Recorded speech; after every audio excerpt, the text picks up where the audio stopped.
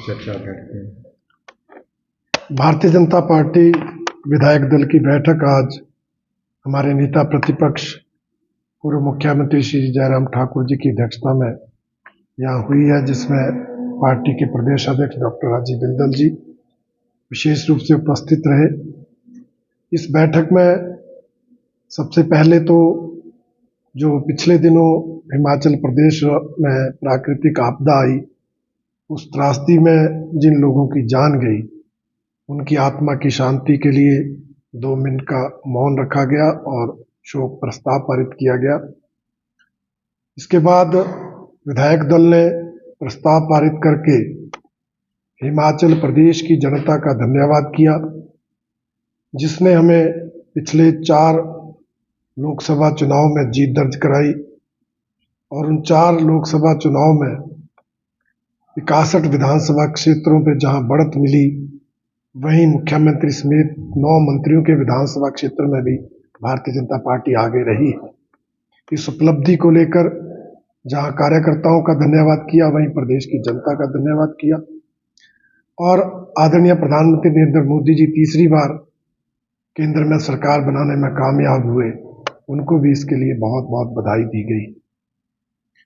हमारा विधायक दल 25 से बढ़कर 28 तक पहुंचा, इसकी भी जनता को, कार्यकर्ताओं को बधाई दी गई और तीनों विधायकों का विधिवत स्वागत, अभिनंदन और सम्मान किया गया।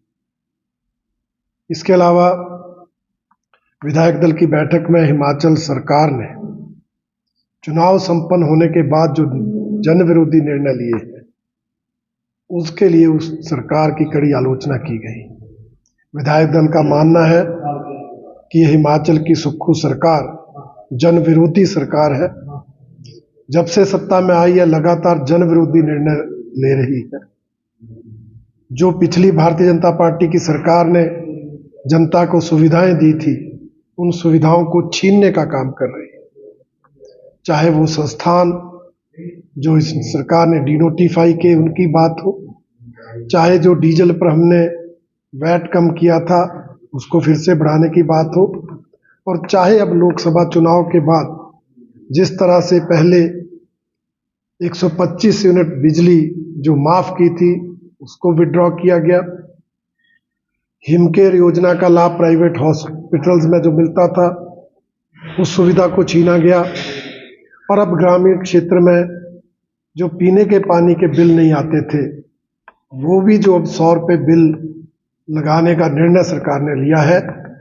भारतीय जनता पार्टी विधायक दल इन निर्णयों को जन विरोधी मानती है और इस सरकार को जन विरोधी सरकार की संज्ञा देती है।